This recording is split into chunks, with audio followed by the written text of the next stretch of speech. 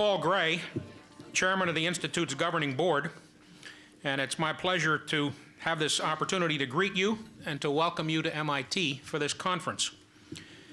I bring greetings as well from Chuck Vest, who, as we speak, is testifying on the Hill concerning federally funded research and development centers, and in particular, the Lincoln Laboratory. He expects to be back around lunchtime and will have some things to say to you toward the end of the day.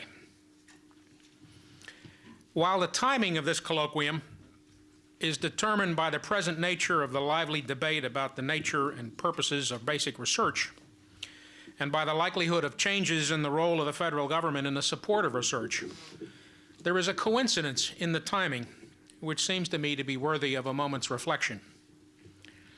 It was just 50 years ago this spring that Vannevar Bush presented to President Harry S. Truman his report, a report commissioned by President Franklin D. Roosevelt, entitled Science, the Endless Frontier.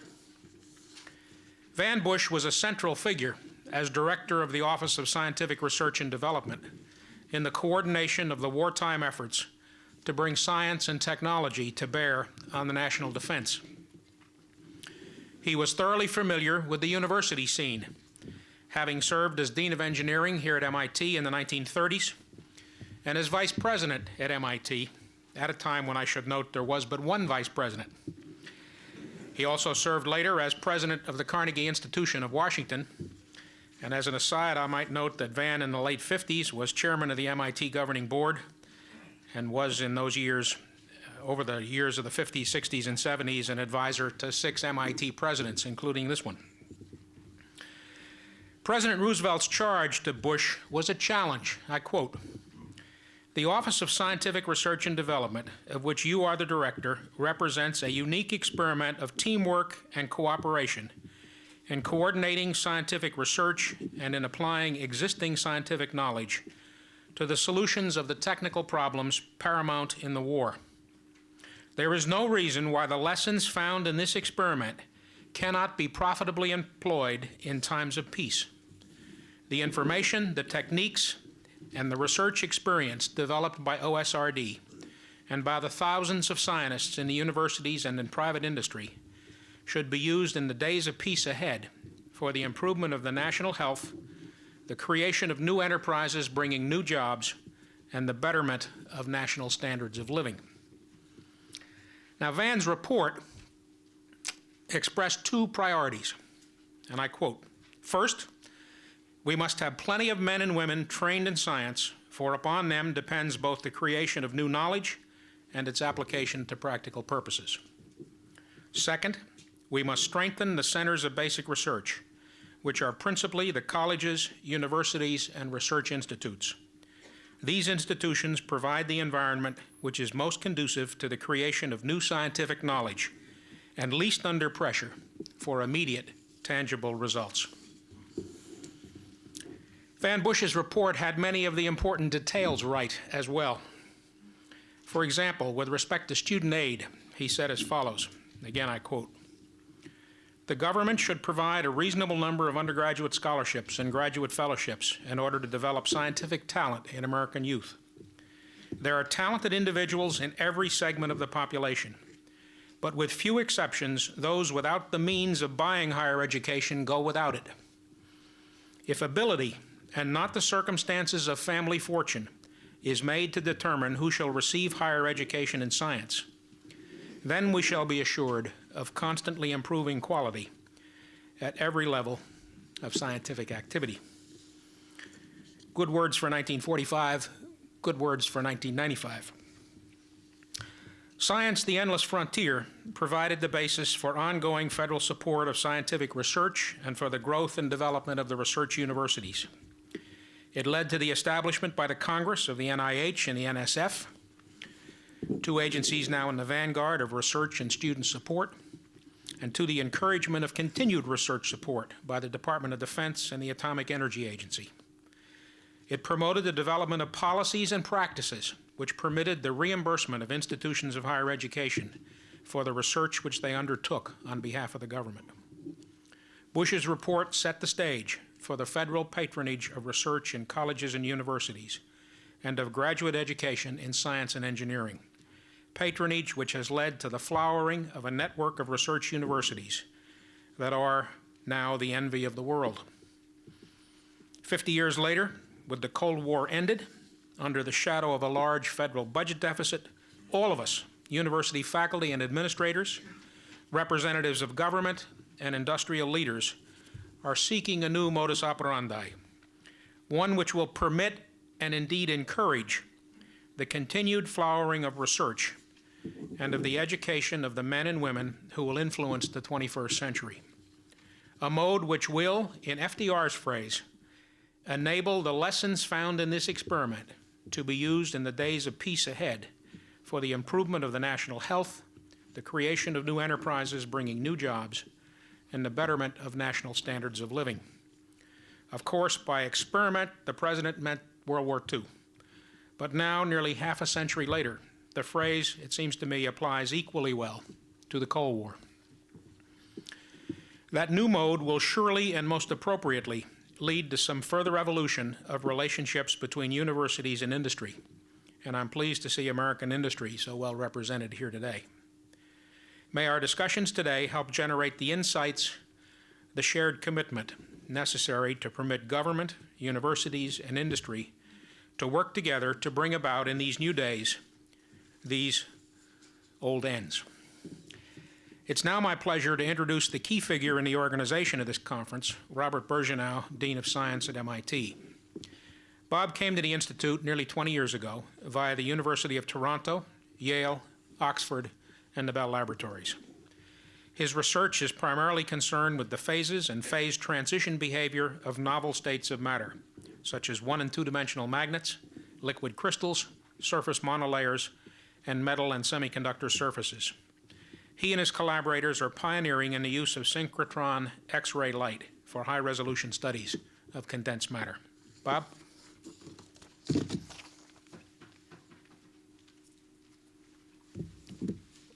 Thank you, Paul.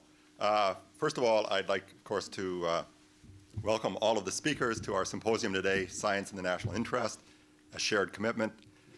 We're very fortunate to have as speakers distinguished representatives of the federal government, industry, and academia. I also want to welcome all of the attendees, and in fact, many of you have probably looked over the list, and it's an equally distinguished group. We have here in the audience today representatives of 58 corporations, 48 universities, many national laboratories, most of the MIT research and academic leadership, and many government officials. Our purpose here today, as you know, is to discuss science and its role in our national enterprise, and especially today with emphasis on industry and the industry-university partnership. Separate, equally important component in this is, of course, the national laboratories, which will be reviewed in future symposium like this one. Our inspiration for the session today is, of course, this document, which you're all familiar with, Clinton-Gore document, Science in the National Interest. I'd like to quote two sections from it. First section reads as follows. The challenges of the 21st century will place a high premium on sustained excellence in scientific research and education. We approach the future with a strong foundation built by the wise and successful stewardship of this enterprise over many decades, as we just heard from Paul, beginning with Vannevar Bush, and with an investment strategy that was framed during this administration's first month as three interconnected strategic goals. First, long-term economic growth that creates jobs and protects the environment. Second, a government that is more productive and more responsive to the needs of its citizens. Third, and manifestly from our parochial point of view, most importantly, world leadership in basic science, mathematics, and engineering. The Clinton-Gore document then proceeds to say, therefore, we set the following goals for our stewardship of science in the national interest. First, maintain leadership across the frontiers of scientific knowledge. Secondly, enhance connections between fundamental research and national goals. Third, stimulate partnerships that promote investments in fundamental science and engineering and effective use of physical, human, and financial resources. And we will undoubtedly today hear a particular emphasis on this partnership aspect of our relationships. Fourth, produce the finest scientists and engineers for the 21st century. Of course, that's a very special responsibility of our research universities. Fifth, raise scientific and technological literacy of all Americans, equally important goal. The document then proceeds to say, while we pursue these goals amidst rapid change, we must not lose sight of the core values that have enabled our nation to achieve so much. Over the last 50 years, the United States developed a unique and highly successful system for advancing scientific research in universities, medical schools, and independent research centers, and in federal and industrial laboratories. Our system rests on a strong commitment to investigator-initiated research and merit review based on evaluation by scientific peers. This system maintains the emphasis on excellence and brings new people and new ideas into the research enterprise. It's manifestly an inspiring, almost brilliant statement, and of course our purpose here today is to discuss collectively how we're going to achieve the goals which are stated so eloquently here. I'd now like to proceed to introduce Mark Wrighton. This will be a flattering introduction for two reasons. First of all, he's my boss and determines my salary. And secondly, I got an email at about 9:30 this morning from, which had to be email rather than telephone, from George Whitesides, who's one of the afternoon speakers, who informs us that he has extreme limit laryngitis. In fact, I don't see George in the audience. And so I had a moment of panic, and then I thought, now who's the best extemporaneous speaker that I know who can talk on any subject, including the daunting task of responding to John McTague? Then of course I thought of none other than Mark Wrighton, so I picked up on the phone at 9:30 and said, Mark, can you substitute for George Whitesides, and the limit that his voice really doesn't work? And Mark demurred for about 30 seconds, and then he said, sure, I'll do it. So anyway, so we really appreciate Mark for his agreement to step in.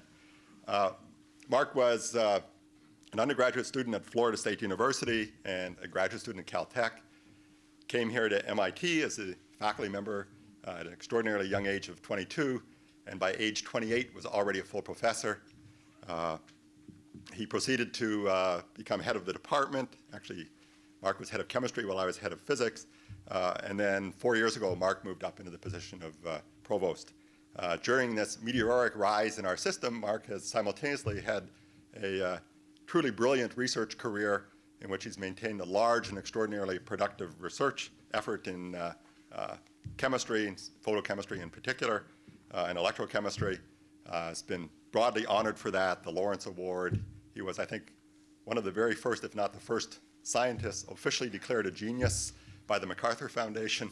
So, a burden which he perhaps still carries, why we expect so much of him as provost. And then has gone on, besides these scientific contributions, really to provide outstanding leadership for us in academic and actually also in financial matters here at MIT. Mark. Thank you very much, Bob. That was relatively generous. Maybe a 2% raise? What do you think? I'm grateful that so many of you would plan to spend the day with us talking about science in the national interest. And as Bob has indicated, you'll hear more from me a little bit later this afternoon. My role now is to coordinate our opening session, which will involve 3 speakers, 3 presenters.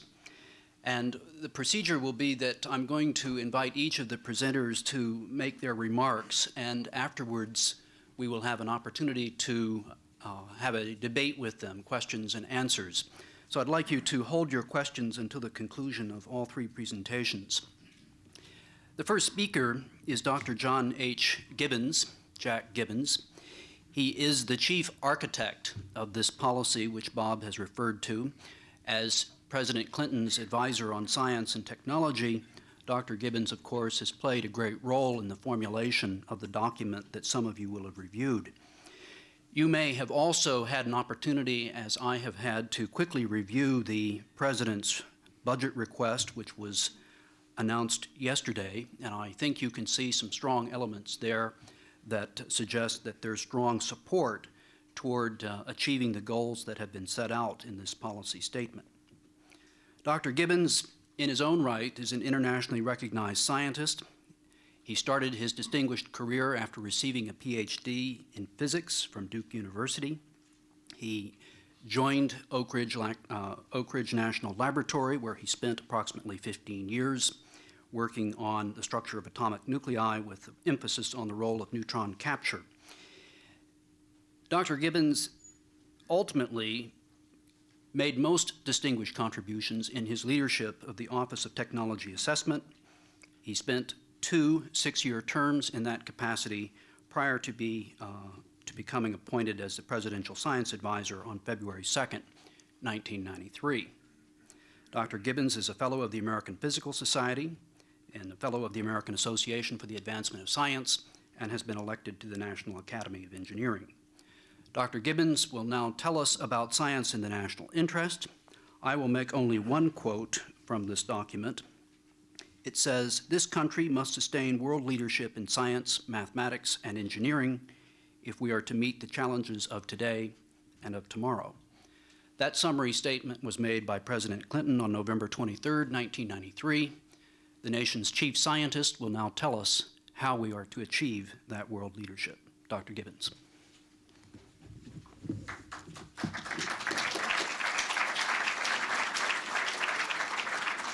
Thank you, Mark.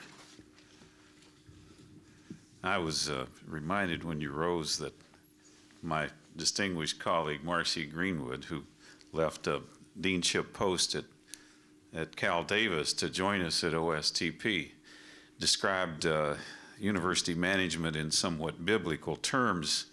She described the president as a shepherd of the flock and the provost as the crook of his staff. So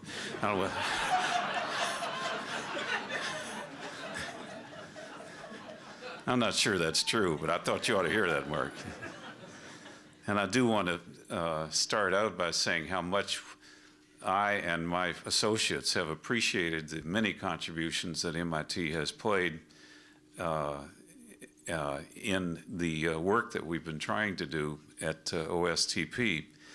Chuck Vest, for example, typically is back in Washington today. I'm not sure whether you add or dock his salary for this public service he's given, but he was absolutely instrumental in the revolution that has now well underway at NASA, and the redesign of the space station and its internationalization and drawing Russia into that orbit very much stems from Chuck. And I recall one night near the end of a marathon work that the committee that Chuck chaired, the last night Chuck literally, the last closing moment, stayed up 27 hours working steadily. He said he felt like a graduate student again. And Ernie Monitz, who I think, Ernie, are you in the room? Over here in the corner, spent a good deal of time with us in our office and was instrumental in helping shape this document that we are focusing on today. And Ernie, we really appreciate the time you spend with us. I'm not sure how the physics department is faring, but you certainly made enormous contributions.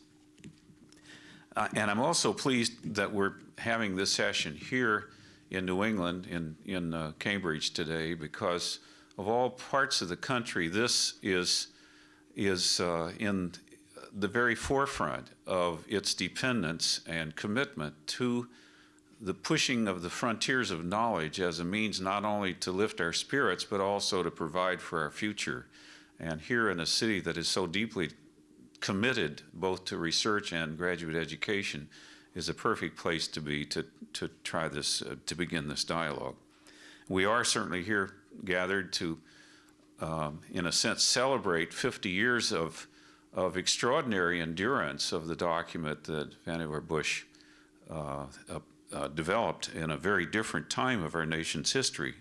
But the underlying message of that report was and remains that fundamental research is essentially an investment, the finest kind of investment, because it both provides knowledge that is ultimately needed to respond to our nation's technological requirements and opportunities, but also to educate innovative scientists and engineers that will drive that engine of economic growth, the technology, and supply the fuel to that growth, to that engine, which is science itself. So I'm particularly pleased to be here at this time. It gives me a great personal happiness to be here at the site of the university from whence cometh Jim Killian, Jerry Wiesner, and Frank Press as some of my predecessors in the Office of Advisor to the President. Bush's insightful and enduring vision brought us to an unmatched capability in terms of research and education. And it, of course, built on the triumph of science and technology in the fighting of World War II, and came at a time in which we were embarking on a seemingly interminable era of Cold War, in which our survival depended on our cunning, our technological ingenuity in providing the kind of defense that this nation was going to have to provide not only for itself but for the free world. But a host of sea changes occurring at an ever-increasing rate today require us to view science policy from a different vantage point than Bush did in those years. Thanks to his work and those that followed, we no longer have to create a science and technology infrastructure, but rather we have the necessity to preserve, to enhance, and to extend this extraordinary strength that we now possess that has been created over this past half century. The driver for much of this buildup has been the fearful concern for our national security, and happily much of that concern now has been at least dissipated. But we are now faced with a much more complex task of marshaling the science and technology enterprise to contribute even more effectively to improving the quality of life for all Americans and laying in place a knowledge heritage for our descendants. We now face surging international economic competition as other nations are able to harness science and technology and communications, and also their highly educated workforces. We face new social challenges, such as changing U.S. demographics that stem from income, employment, and immigration patterns. And we face educational challenges, both in the reexamination of our education of scientists, engineers, but also in advancing a broader science and math literacy to the level that will be required for literacy and citizenship and economic capabilities in the 21st century. Now, these changes and other issues, such as the compelling need to control the federal budget, have led us over the past 2 years to revisit that vision for a national investment in science and technology, and to reassess our plans for encouraging a high rate of return on the investment. So today I'd like to spend a few minutes talking about three things. One, the investment strategy of the Clinton-Gore administration for science and technology, the progress we've been making, we believe, in achieving or at least pursuing those goals, and what we might expect as we proceed. The administration's starting point was a commitment to many of the same general precepts that have been held by successive administrations, both Democratic and Republican, over, I would say, a half a century at least. Our broad investment strategy was put forward in the administration's first months as three coupled goals. First, a long-term economic growth that both creates jobs and protects the environment, a challenge to the old notion that somehow environment and economic growth were antagonistic, or at least orthogonally related. We offered the substitute paradigm that if you're smart about the way you do things, you can create both economic growth and environmental protection at the same time. Secondly, a government that is more productive and more responsive to the needs of its citizens, in a sense reinventing itself, much as American industry has done over the past decade or two. And third, world leadership in science, math, and engineering as a fundamental underpinning to these ideas. And the administration elaborated its perspectives on the role of technology in achieving the first of these goals in the release called Technology for America's Economic Growth that we released in San Jose in February 1993. We believe that the government is a vital partner in promoting technologies that are critical to economic growth, the creation of good jobs, and the meeting of common needs of our nation, such as environmental education, but needs that cannot attract adequate private investment because of the inability to capture sufficient returns. In our partnerships with business for pre-commercial technology development, our cardinal rule is to use government resources only where they are essential and where the payoff to society as a whole is likely to be quite large. Furthermore, we make sure that the private sector puts up half or more of the resources for these partnerships, a quasi-market test indeed, in order to make sure that the technological risk is worth taking.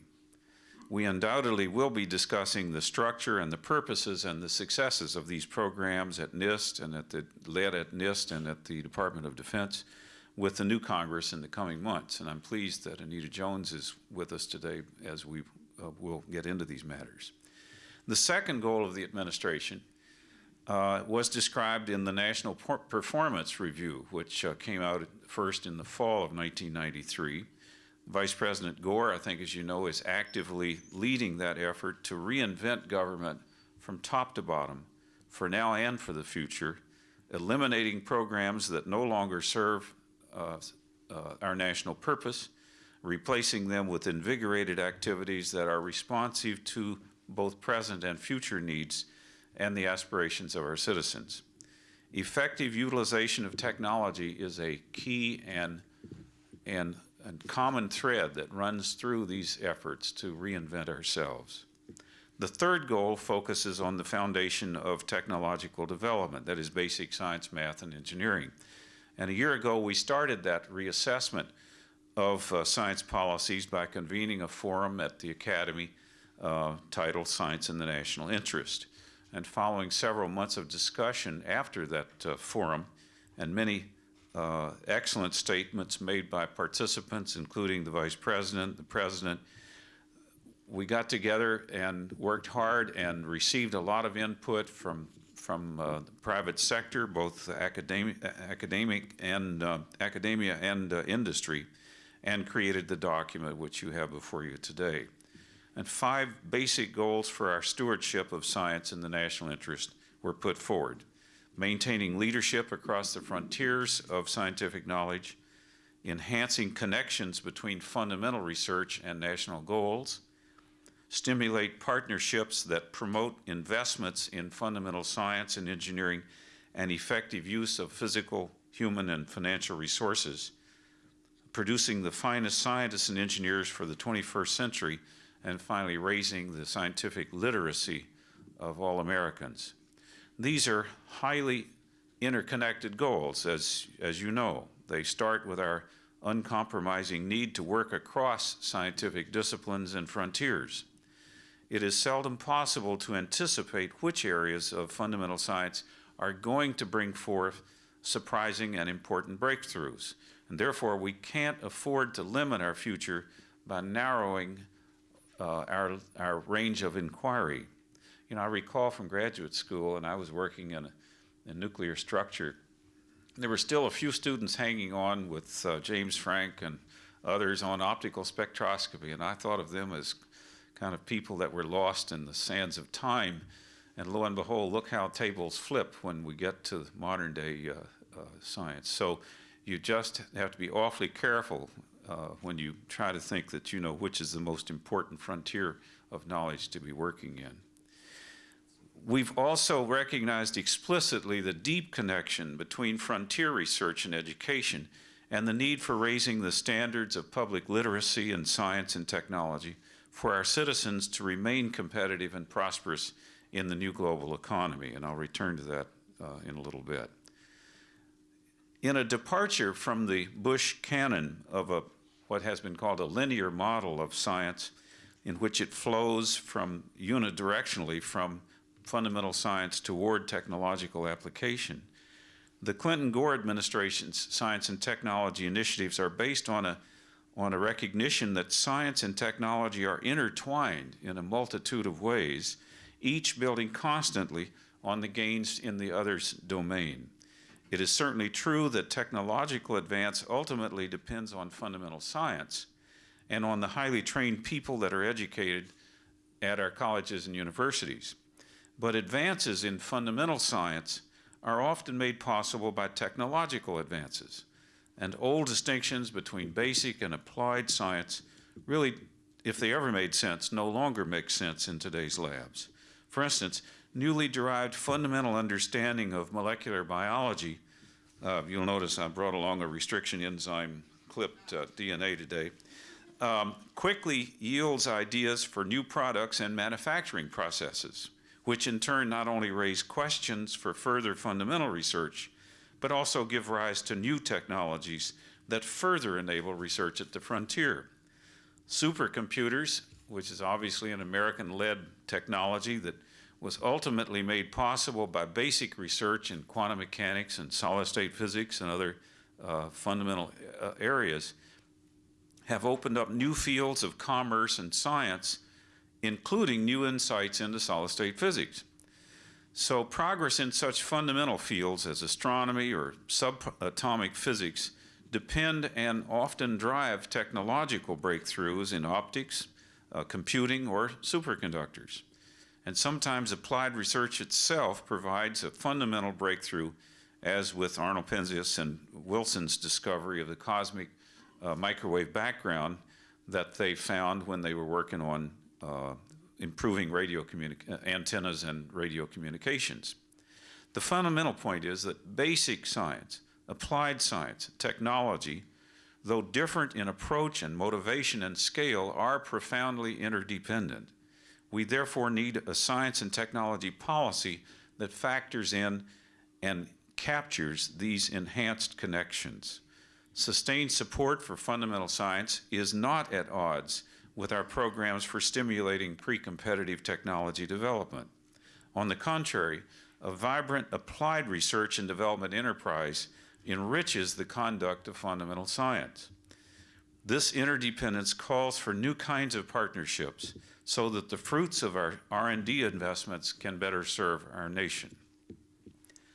Science in the national interest also emphasized the strong links between basic research and education.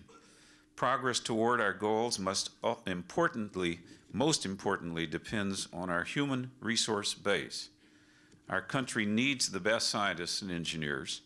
Nature yields her secrets to those who are best prepared and persistent in their work.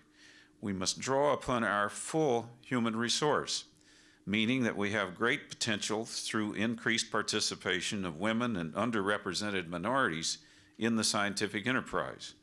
We also need to raise substantially overall scientific and technical literacy so that all of our citizens can not only maintain the quality of their life and participate in the great national adventure, but also share in new employment opportunities that arise from advancing science and technology and sustain the national interest in science, because they, after all, are the benefactors, the purchasers of these kinds of activities. Our companies, our universities, our government all rely on a well-trained and versatile workforce. Well, these are some of the challenges that are laid out in the little blue document. They are formidable and will require both the resources of the government and active participation of industry and academia. All of us share responsibilities here. And that's why I'm so pleased to see in this and further planned meetings across the country so many of our science and technology leaders from academia, industry, government engaged in this further assessment. But clearly, we're living in times of severe fiscal constraints on our federal budget, trying to bring a deficit down and attempting to ensure at the same time that all Americans are brought along with our improving economy. Nevertheless, prudent planning requires that our investment strategies be sustained for the long-term health of our economy, our defense, our environment, and our personal health. Thus, we've made a policy commitment in the report. As I quote, "Our investment budget in fundamental science will be improved in the short term as we examine existing resources and to match the growing importance of science as a foundation of modern society, increased with future improvements in the federal government's fiscal condition. And of course, I haven't seen a lot of improvements in our fiscal condition, except that we're getting this deficit down, which is a sine qua non for moving toward the future.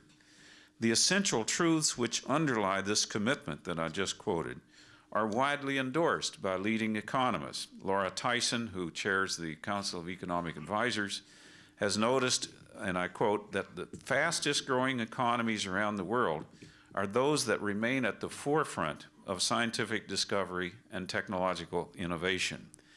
It is clear that advances in knowledge coming from basic science and science-based technology and moving through to product and process applications are a major determinant of our living standards. I end quotes there.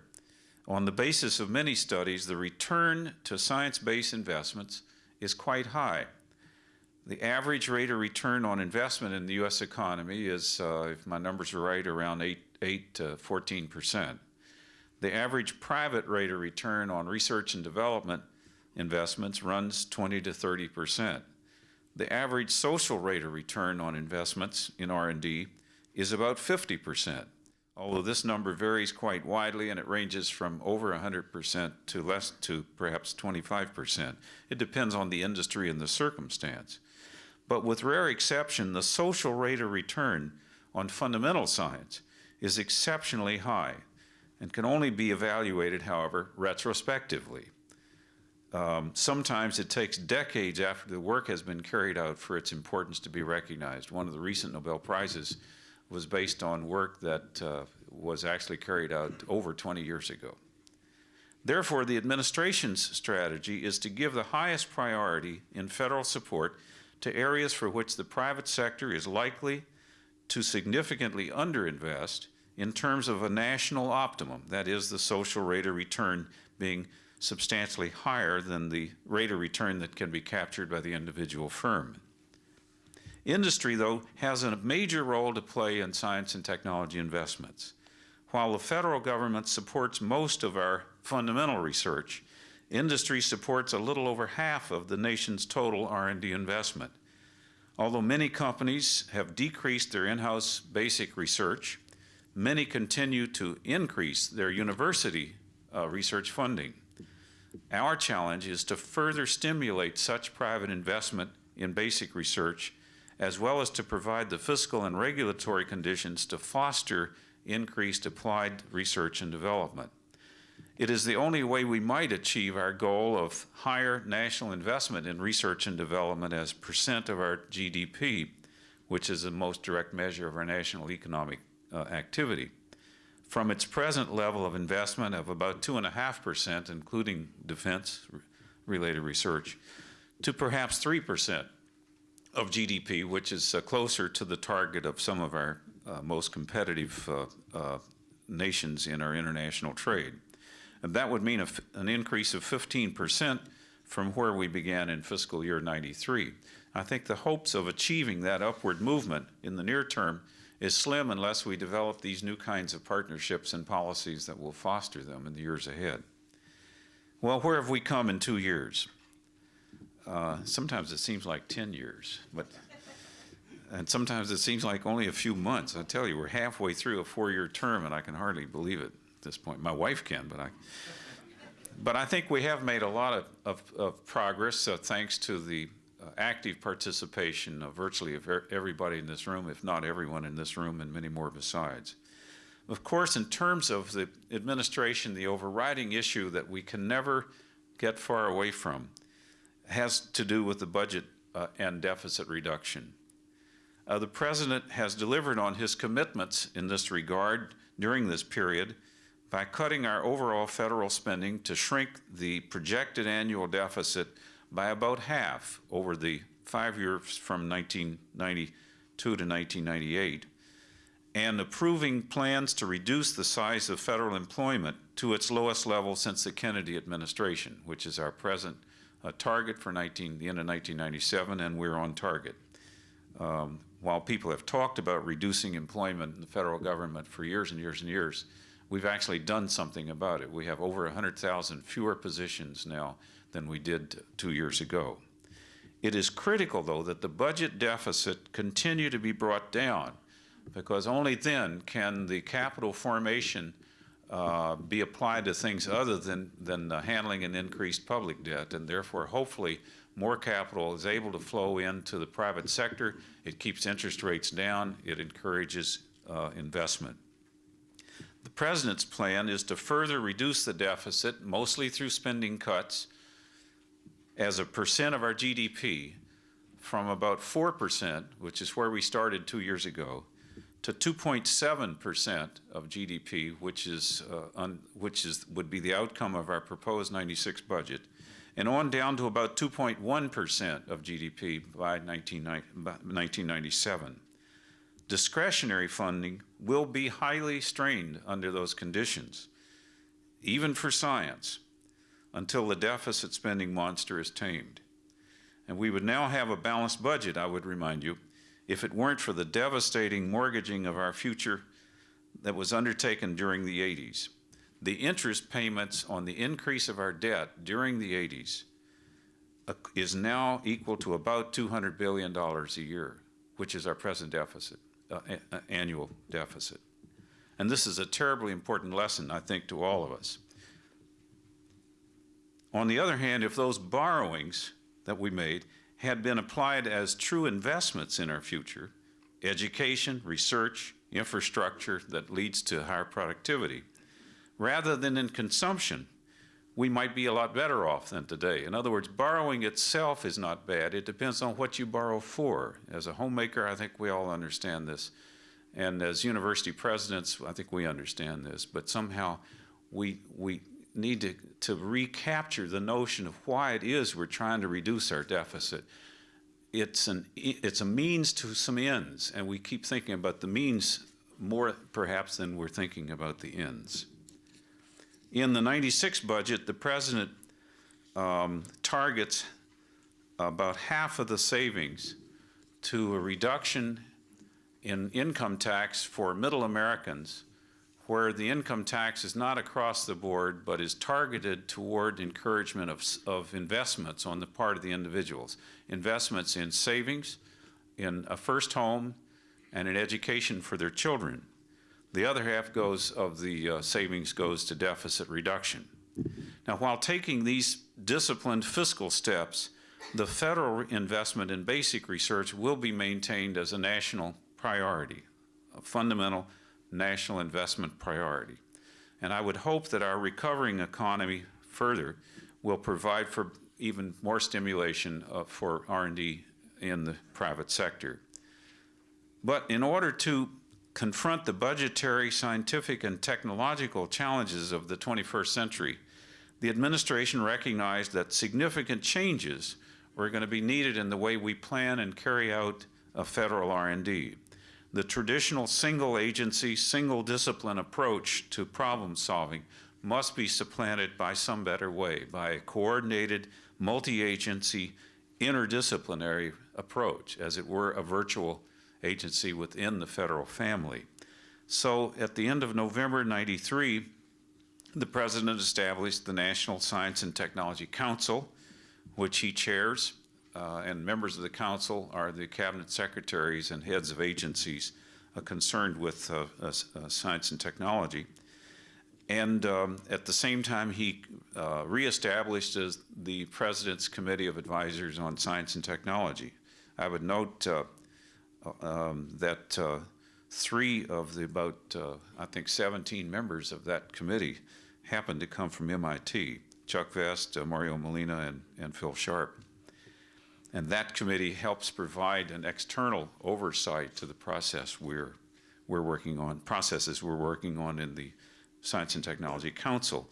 The purpose of the council is to identify national goals that require concerted R&D investments, to identify the high priority research needed to meet those goals, and to coordinate R&D government-wide to make sure that adequate attention is given to high priority areas and to avoid duplication, unnecessary duplication.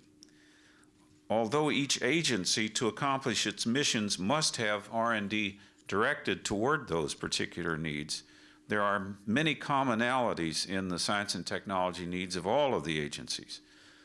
To meet the nation's goals in the years ahead, and to continue meeting them as the goals themselves evolve, requires that we set broad priorities for research and development now with a far-sighted vision of the future, because most of the S&T enterprise is inherently a multi-decade process. It's out of sync with the so-called political time constants of change. The NSTC provides the mechanism for providing that vision and deriving priorities, which in turn affect the way budgets are put together and decisions are made. By creating this virtual organization, we enable the administration to maintain a productive research and development activity in each of the science and technology dependent agencies, while simultaneously achieving the efficiencies that we must gain through a cross-linked system. I think it demonstrated some of its utility, however, being only a year old, by assisting in developing a healthy budget proposal for science in FY96. There are some other things that the Council has done, but we could talk about those later. The budget request that was released yesterday by the President reflects our continued commitment to science, even as we made many exceedingly difficult decisions during the last 6 months or so. Our efforts to sustain the investment in fundamental science were greatly assisted, I would say, with pride, not only by the active participation of senior officials of the executive agencies, but also with the strong support of the President and Vice President, the Office of Management and Budget, and the President's Council of Economic Advisors. In summary, let me give you just a few points about the budget. First, it is a strong commitment to fundamental science as a priority national investment. Second, basic research shows the largest percentage increase in the budgets for science and technology. Third, academic research is proposed to receive an increase of 7%, more than twice the rate of inflation, while at the same time the discretionary budget is actually falling. So we're playing a negative sum game overall, slightly negative, and yet at the same time this kind of support of science is evident. And it's being therefore done by eating other things in the overall budget. A few specific items. Funding for NSF research would increase about 8%. An administration initiative to increase substantially the operation of the DOE user facilities would have a unique forefront research tools and serve thousands of university and industrial scientists. And this is to receive a $100 million appropriation, which will help fund the researchers. There's a very large backlog of researchers and highly meritorious research available, and it will also help pay for some of the magnet costs, the electricity costs of some of these facilities, which have a large embedded capital investment but are grossly underutilized. Some of these facilities are being presently utilized at only about a 50 to 60% utilization rate, and we feel this is an extremely high leverage investment. The budget for NIH would increase 4%, slightly above inflation, and NASA and DOD would maintain their basic science programs even in the face of very substantial overall budget reductions, which wasn't an easy thing to do. Beyond the very important budgetary initiatives across the frontiers of basic research, we also have the goals of enhancing our connections to national goals and to stimulate new partnerships. A key aspect of this and a major focus of this meeting today is the nurturing of areas of basic science and engineering which pretty clearly are needed as foundations for our 21st century industrial enterprises. We're working hard to establish better mechanisms for industrial input to the federal basic research portfolio. Indeed, Neil Lane and I met last week with a group of industrial leaders in research, two of whom I think share the program today. Neil and I greatly profited from that dialogue, as well as another meeting with Ron Brown and leaders from the biotechnology industry community. There's a clear consensus among these leaders that span a broad range of technologies. For instance, in the things that came up most frequently were computers and communications, imaging, chemicals, biotechnology, and some other areas that are seen as long-term priority areas of research in terms of our future industrial needs and interests. We heard about significant structural change in the various industries that we talked to. For example, one company now has an average age of product in their business line of about 14 months, which is a reality which clearly shapes corporate planning in R&D and other areas. And the twin pressure of foreshortening product life cycles, which cause, as one CEO said, the company to lower its headlights in terms of its long-range planning, exacerbated by increasingly tight margins due to international competition, inherently draws the focus of industrial planning to the shorter-term futures. And that, again, gives one a notion that we're about to re-enter this time of problems in which industrial interests become short-term and public interest moves back closer to the bench in fundamental science, and what's been called a valley of death opens up again between, in which good ideas fall through and end up popping up somewhere else in the world, in someone else's economy. We've heard about the desirability for broadening graduate education, of getting more technical talent into upper management. We heard about the pressing needs to resolve intellectual property issues in the global economy, and about specific areas of basic research which hold greatest promise. For example, a computer-assisted molecular modeling and drug design hold in store very large productivity gain opportunities. But most of all, we heard a clear signal through the discussions that this group viewed federal government's most important responsibilities in science and technology to be sustained and preferably improved funding of broad-based fundamental research and its associated graduate training. The foundation of these companies rests in basic research, as does their long-term strength. The private sector has the admirable trait of a clear focus on priorities. In the long term, high margins require breakthrough technologies, which in turn are often rooted in discipline-based frontier research.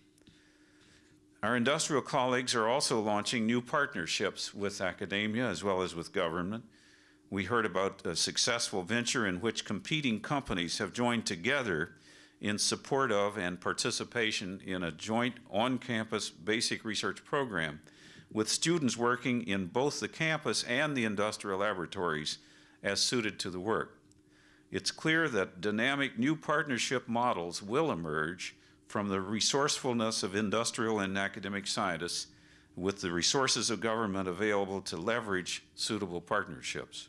And we look to you for leadership and advice in this area, and I hope we'll hear about some of it today.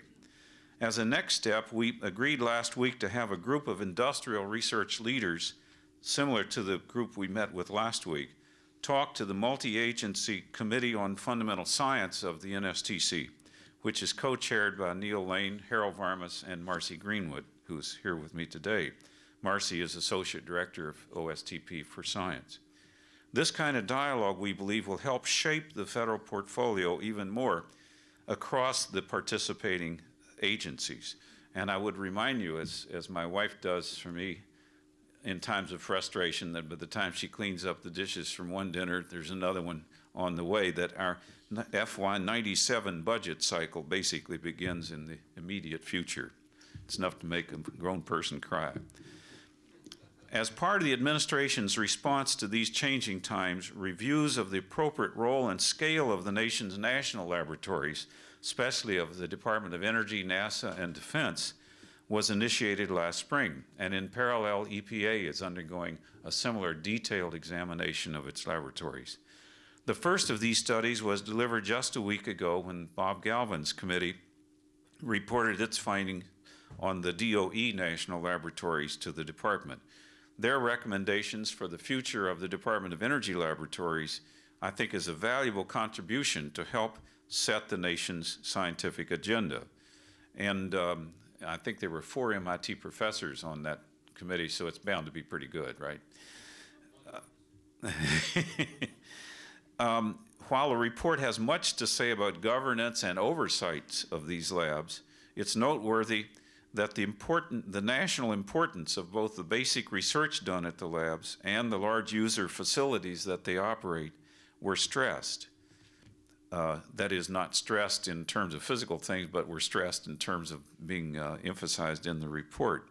And it further emphasized that the department needs to better integrate its research activities into those of the national and international communities, and to focus their research activities in areas at the heart of DOE's missions, such as energy, environmental protection, and environmental remediation. All of these studies are a part, in a sense, of reinventing ourselves, of reinventing the way we go about doing our business in government. Not only how to generate internal sources of funds, which is what you have to do when you play a zero-sum game, but also how to refocus our lives and the way we approach our businesses. We've given particular emphasis in the first 2 years of this administration to a human resources development strategy that's aimed at producing the cadre of experts that are necessary for the future, for research and development, for applied fields and industries, and for competing in the global marketplace. As universities and industries are reevaluating the breadth and the nature of graduate training, recognizing that we're not training our scientists merely to work in labs and universities, but for a variety of future kinds of occupations, federal agencies are assessing how they might provide supportive incentives to this kind of rethinking. We're also projecting the workforce needs of our future economy and developing methods for fostering the basic skills required for all workers, skills in quantification, and particularly skills that are broad and enable people to be the kind of versatile workers that they're going, and lifelong learners that will be absolutely requisite as an economic citizen in the next century. And in fact, we're developing plans now for a national forum on science education that we hope you'll be interested in helping us with. Well, now finally, a little bit of a look ahead.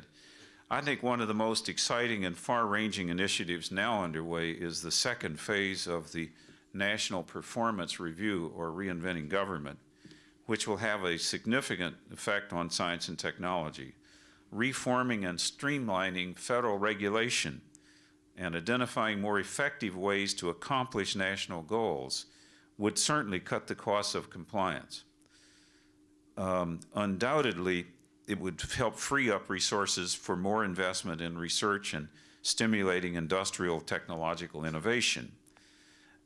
We hope to move away from command and control and toward performance-based kinds of standards, which enable then those who are being regulated to use their ingenuity and optimize their systems and arrive at ends with minimum costs. It's even given rise to terms such as industrial ecology, which is an interesting new kind of engineering challenge. Similarly, federal agencies will move beyond simply making existing programs work better and more efficiently to assessing whether the federal government needs to provide existing services and pruning programs that ought to be eliminated.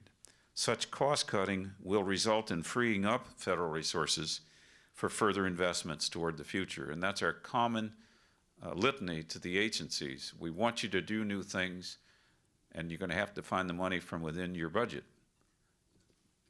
As an example of our rethinking of federal activities is our effort to create a simpler, streamlined, and more efficient cost reimbursement system for overheads associated with research and education grants to nonprofit institutions, while maintaining adequate incentives for investment in our world-leading science enterprise. This week in the Federal Register, we proposed a series of revisions which would discard past notions of, quote, direct and indirect costs, which were needlessly complicated and poorly understood. Instead, 3 categories of research costs, all necessary for the conduct of fundamental research, are proffered. They are research activities, research facilities, research administration. There are many other changes included in these proposed revisions, which were developed over the past year by an interagency federal group working closely with the university community. And we hope that you will respond to those, that Federal Register notice. We'd love to have your comments. We'd like to move ahead as quickly as we can on this. Building on the changes made to the system by the previous administration, the so-called revised A21, our revisions would reinvent the system of cost reimbursement in the spirit of the National Performance Review. They would achieve greater uniformity and cost efficiencies while retaining the core principles of negotiated cost reimbursement based on the government-university sharing of actual costs. The necessary stability would be retained to stimulate universities and their governing boards to invest in world-class research and education facilities. We're particularly concerned over some discussion in the Congress that as an alternative to these kinds of revisions in research costs, there could be an overall cap or an across-the-board cut imposed on university reimbursement rates. We are opposed to such actions since they would affect facility investment, faculty too, I guess, wouldn't it? A cap on reimbursement for research facility costs would be in opposition to the principles enunciated in Science in the National Interest and its policy statement in which we said we will work in partnership with universities and the private sector to modernize our research infrastructure. Additionally, such a research facility cap would force unrealistic uniformity across institutions that have a diversity of facilities and costs associated with them. The diversity of our American research universities has been one of its great strengths that have led to U.S. leadership in science, math, and engineering. Lessening our research pluralism is certainly not in our best interests, and I'm sure you'll probably want to express your interest on these issues to your colleagues in Congress. Perhaps the most significant challenge we face now is evident in the projections of the federal budget beyond fiscal '96 that was proposed yesterday. American leadership in science and technology, I believe, is in grave danger as we close out this century.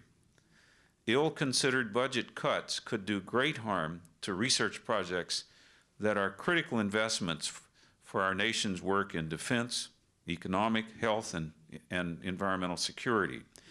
If we decide as a nation to reduce the annual deficit in more draconian ways than we are trying, and especially if we target only the domestic discretionary portion of the budget, which accounts for less than 20% of the total federal budget, but contains most of our science and technology, we run a very great risk that our investments in the future of our people, our research, and institutions will ratchet down to unacceptably low levels. Deficit reduction alone cannot leach us of all our ills. It is not an end in itself, but a means to ends that we must keep in mind. We must continue to make investments in areas such as research and education that in turn will enable us and those who follow to achieve our aspirations. We've begun our dialogue with the new Congress and its new leadership. The new Congress, I believe, is generally very supportive of the principles of support of basic research, but there are clearly significant areas to be resolved, especially in the area of technology collaboration with industry. We must work together to advance science and technology in light of present fiscal realities.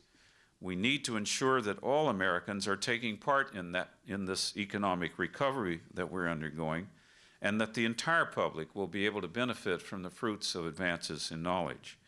That's why the administration does support a tax cut that is targeted to benefit education and training investments, because the administration does care deeply about preparing the American people to adequately and substantially to face the kinds of demands and capture the opportunities that lie in tomorrow's economy. While few people think of it that way, science and technology are fundamental tools for putting people first, both today and tomorrow. Oliver Wendell Holmes said it well when he said, "True science knows no bounds.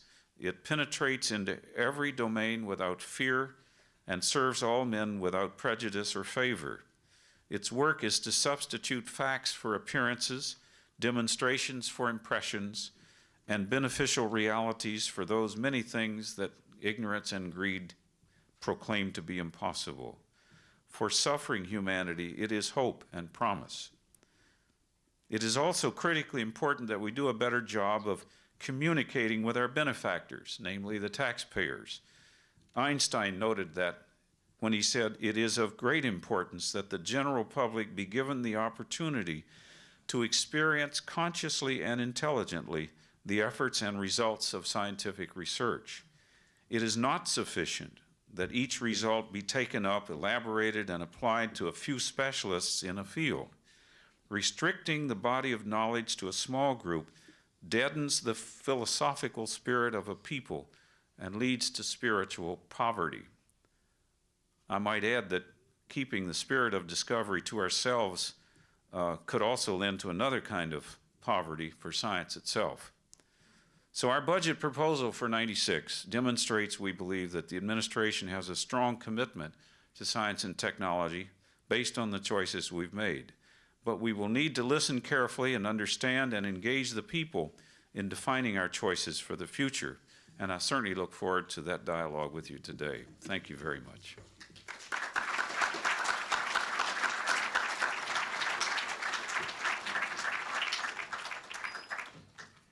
Thank you very much. We will now have two presentations, one from the perspective of industry and one from an academic perspective.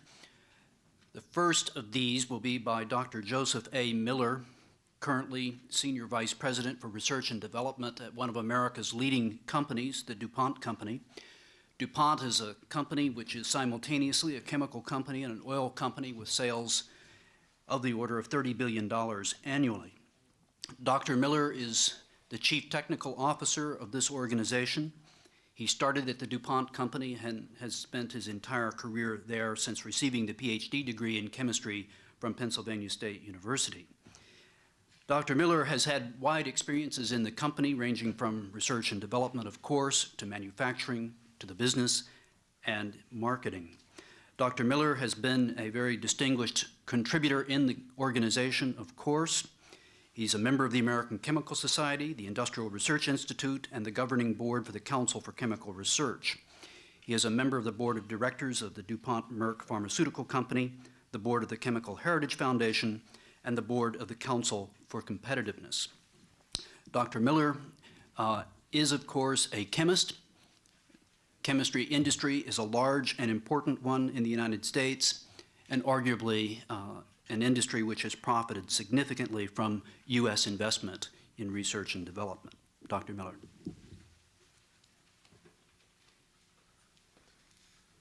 Thank you, Mark, for that generous introduction. You might pass it on to my boss, Ed Woolard. I know he's determining what my bonus and salary increase should be for next year. You also noticed that I'm from Penn State, and I know some people here are. Ted Bednarski's here. He went to school with me. And we have declared in the Commonwealth of Pennsylvania and in the state of Delaware that they, in fact, are national champions in football. And perhaps we can start a movement in Cambridge here today to get the same kind of resolution adopted in Massachusetts. My comments this morning are based on science having made critical contribution to the foundation and health of many of our most economically important industries: information technology, materials, pharmaceuticals, just to name a few. Science in the national interest provides a structure for continuing the development of science and high-risk technology and their associated benefits. Industry's perspective on the recommendations in this document is not monolithic. Individual industries have different needs and there can be substantial variations between large and small companies within an industry. For example, the R&D tax credit will be of greater benefit to the smaller, faster growing companies than the larger, more mature firms. But given the risky environment of the more entrepreneurial companies, it is important to assist their technical development. We in industry welcome increasing interaction with universities and our national labs, be they by CRADAs, exchange of scientific personnel, or research grants for joint programs. We are moving to collaboration rather than competition in industry's interaction with nonprofit laboratories, all to the good. So with that introduction, rather than examine the many facets of industry, let me focus on that component I know best, the chemical industry, and talk a bit about what's going on at DuPont. Chemical industry is a national treasure. Our industry has been a foundation of the United States and the world economy for most of this century. The strength of its competitive position is demonstrated by the fact that we've had a positive balance of payments for many, many decades. It's an industry characterized by steady innovation and steady growth.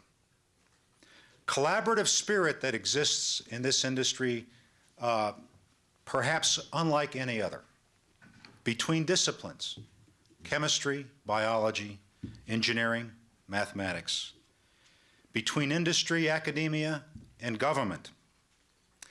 It's an industry that's been involved and very supportive of basic research and excellence in education. And it's an industry that, based on strength in our scientific and technological platforms, has found ways to renew itself and keep itself strong in the highly competitive global marketplace. And it's an industry that today faces some very large challenges. Environmental challenges, even more aggressive international competition, and the whole issue of growth. And in response, it's an industry that's gone through a great deal of change. Massive restructuring, organizational streamlining, globalization. We're about a $40 billion company. 50% of what we sell today is outside the United States. About 15% of our research now is conducted outside the United States. A critical analysis of research taking place in the chemical industry. Pressure for greater selectivity on what we work. Research groups are being brought in closer contact with the businesses and under control of the businesses.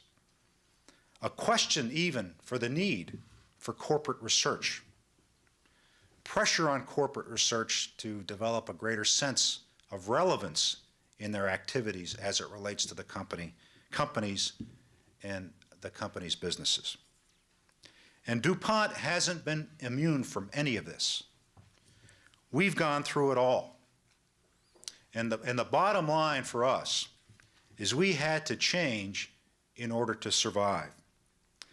We're almost 200 years old, the DuPont company is, and throughout our history, we have found ways to renew ourselves, and we intend to survive for another 200 years, so the question of renewal faces us. But the changes that have taken place in our industry and in our company, and I know in many of your industries, are irreversible. Where do we stand today at DuPont? Still very tight control on budgets, all kinds of budgets, of course, and especially the research budget. Emphasis on getting much more for less. And as a result, we haven't compromised, we've compromised certain areas, but we haven't compromised areas which we view as enabling technologies that is technologies that allow our researchers to be more productive. Analytical capability, information science, computation, and modeling. However, we've become a much more structure. We've introduced much more structure around project selection, especially in the latter stages of development where expense builds very quickly. We're an industry and a company that are characterized by high capital intensity. So today we have a greater concentration on process research. Our processes have become very much more complex as our customers have demanded more and more different kinds of products. They're more complex because of environmental considerations and the need to be more competitive around cost and quality. Heavy emphasis on new process chemistry, advanced process control, a real question around how we renew our engineering force, who is becoming much more aged, and technology is changing much more rapidly. And we're looking for less brute force, less capital-intensive solutions to our problems. We face a need for growth, serious question as to whether we can grow again like we have in the past. Our marketing people need to become much more technically sophisticated in interpreting the marketplace and guiding our research efforts. We need many more ideas to pursue. We're running out of them.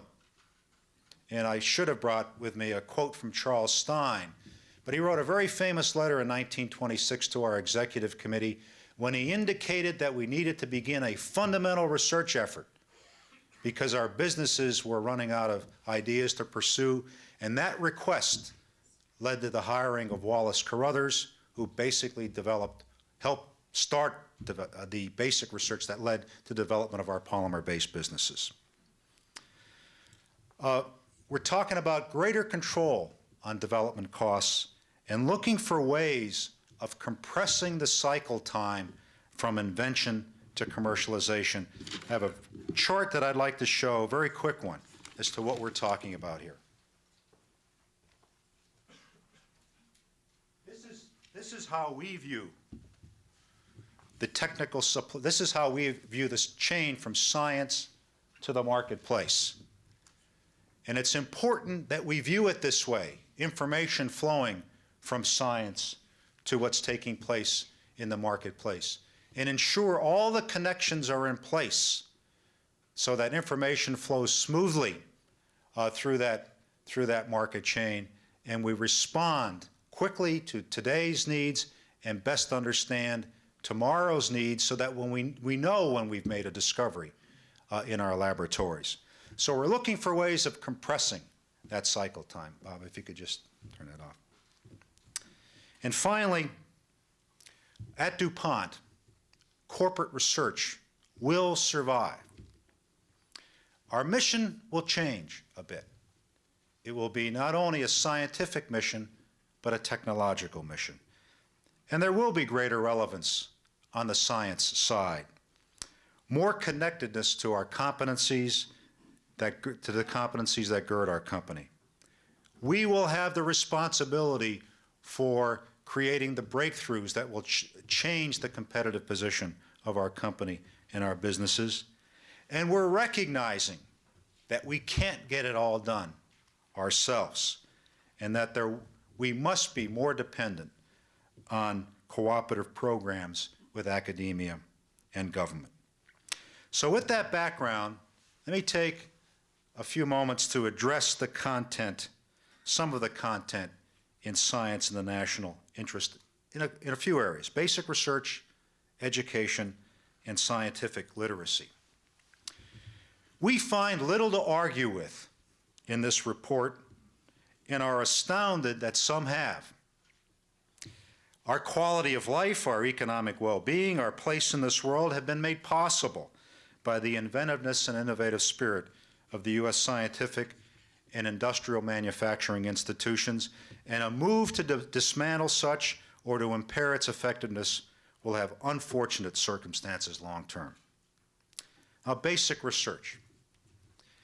The knowledge that has come from the great universities in this city and from around the United States, from the national labs or from the great industrial labs, has established a scientific base for technology development unequaled by any nation. This work and its support must continue unabated. And I mean support from all entities that have the capability to and interest in supporting it. In doing so, we must be very careful that the criteria for such support be not too prescriptive. The desire for government and industrial leaders to have the scientific community carefully define expectations is contrary to the atmosphere and structure required for true scientific exploration with all of its unexpected results and benefits. The process of support for basic research should not be the sole responsibility of government. If we expect our key and emerging industries to excel, to win globally, to grow and to prosper, we in industry must be involved, including increased funding, small as it may be. Involved not in the management of programs, not in prescribing their fine detail, not in contract research that abrogates our responsibilities. We must define broadly those areas where we need ideas, fresh thoughts, and where scientific advances have the potential to supersede the technologies that exist today. At DuPont, when Wallace Carruthers began his work in 1926, the first polymer commercialized was neoprene. The second was nylon. They still exist today. The first nylon plant is in Seaford, Delaware. It's 54 years old. Those businesses bear no resemblance to what they did 50-some years ago. But in those businesses, in our key businesses, we continue to dig deeper and deeper and deeper into the science. And with that digging came the ideas to keep those businesses fresh and renewed.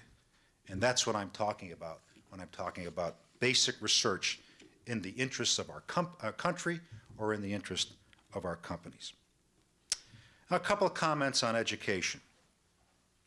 I recognize that education at the graduate and postdoctoral level is a sensitive topic, and I don't wish to intrude on university independence here. Still, for scientists who come to industry, universities have them as a graduate student for 4 to 6 years, probably in Mark's group 7 or 8 years. We hope to have PhDs for 40 years. So some level of involvement seems appropriate, especially in describing how the industrial scene has changed and how we expect it to look. 2 recent commentaries are worth considering in this regard. The Heindel report from the ACS, which speaks to the need for broadly trained and more adaptable PhDs. The Mary Good Neil Lane article in Science this past fall, which expands on comments in science in the national interest and speaks to the importance of education of professional scientists, both undergraduate and graduate. This is not a case of either or, it's a case of balance. We will always need PhDs in industry. We will need them dispersed throughout our workforce. We will need them to conduct quality science and remain in that activity all their careers. We also will need people with an understanding of what science is all about. People who can permanently solve problems that our businesses face, people who can move around the world, people who are mobile, people who are able to network, to work on teams, and people who ultimately can move into key leadership roles reinforced by such a background. We need scientifically literate managers and leaders. Lastly, a few words about science and mathematical literacy and the preparation taking place in K through 12. I would hope the reasons are clear on the need for increased literacy in science and math. They are beautifully and clearly made in the document that we're talking about. The need for a healthy supply chain of scientists, mathematicians, and engineers, the development of a competent and capable workforce, and the ability for society to deal with a myriad of technical issues that we have to deal with. Thankfully, there is much going on here at the national level, AAAS, and the National Research Council, and at the state level. And I know here in Massachusetts and in many states across the United States there are efforts. We've had a 3-year effort in my state, Delaware, where I co-chair the effort to develop science curriculum content standards for grades K through 12.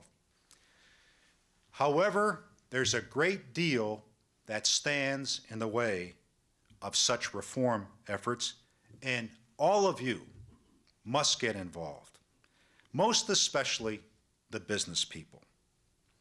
There are small but very vocal groups whose interests are in opposition.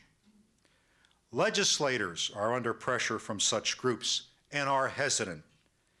And while many of the education community supports the effort, some don't, and they are able to stymie our efforts. And such reform will require a change in priorities and a substantial increase in resources. We, as a community, must make the case for reform. A sense of urgency is required here. Together, we must articulate how the world has changed and what is needed to compete globally. We must get parents, legislators, the media, and the teaching community involved in such dialogue. High expectations must be set and held to, and incentives established for performing against rigorous standards. Clear requirements for workforce and college admission, most especially to our state schools, should be set in a way that there is a clear connection to these rigorous state standards. There is much that has to happen here beyond the development of content standards, so-called content standards. The building of capacity in many areas will be necessary for successful implementation of standards. Curriculum will need to be developed, scope and sequence in this curriculum, and integration between science and math. Professional development is a major issue, and resources will need to be expanded. This effort is complex, it's highly emotional, it's a new experience, and it will not be successful without your participation and ownership. So the last couple of years have been an interesting time for many of us, a time when there have been massive changes taking place in the research community. While such change is never easy, the benefits are really becoming apparent. Industry is partnering to an increasing degree with universities and with government laboratories, and we in the nation should all benefit as a result. Thank you very much for your attention.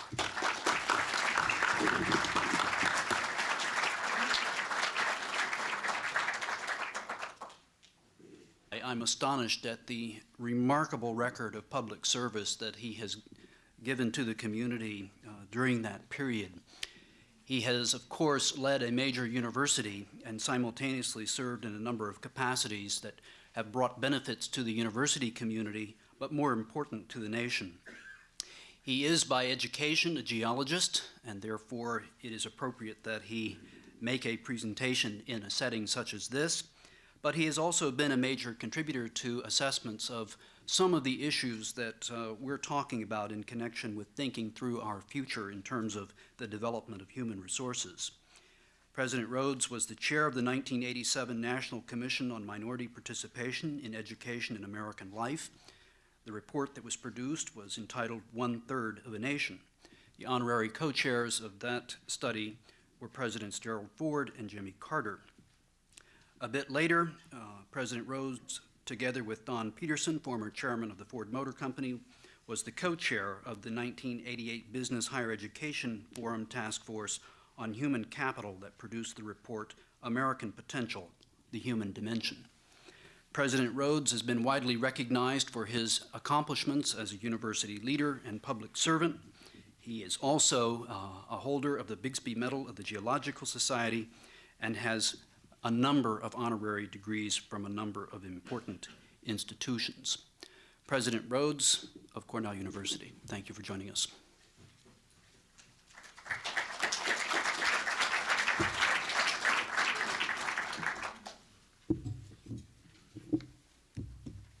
Mr. Chairman, Dr. Gibbons, Dr. Miller, ladies and gentlemen, I'm happy to share this symposium and especially to share it in this setting, in this great institution which for so many years was the home to Vannevar Bush and which, in this particular case, offers us a gathering in a building dedicated to Jerry Wiesner.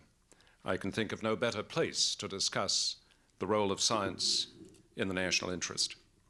I should say that I'm also glad to speak about the university's perspective on these issues in partnership with those from government in the person of Jack Gibbons and from industry in the person of Dr. Miller. It's not always clear that industry and the academic world approach these questions in exactly the same way. Roland Schmidt, who had experience in both sectors, once said that the big difference between industry and the academic world is that an industrial plant is designed by geniuses to be run by idiots, and a university is just the reverse. I also remember Paul Gray's distinguished predecessor, Dave Saxon, talking once about the role of a university president, which he defined as a person who spends half his time speaking and half his time not listening.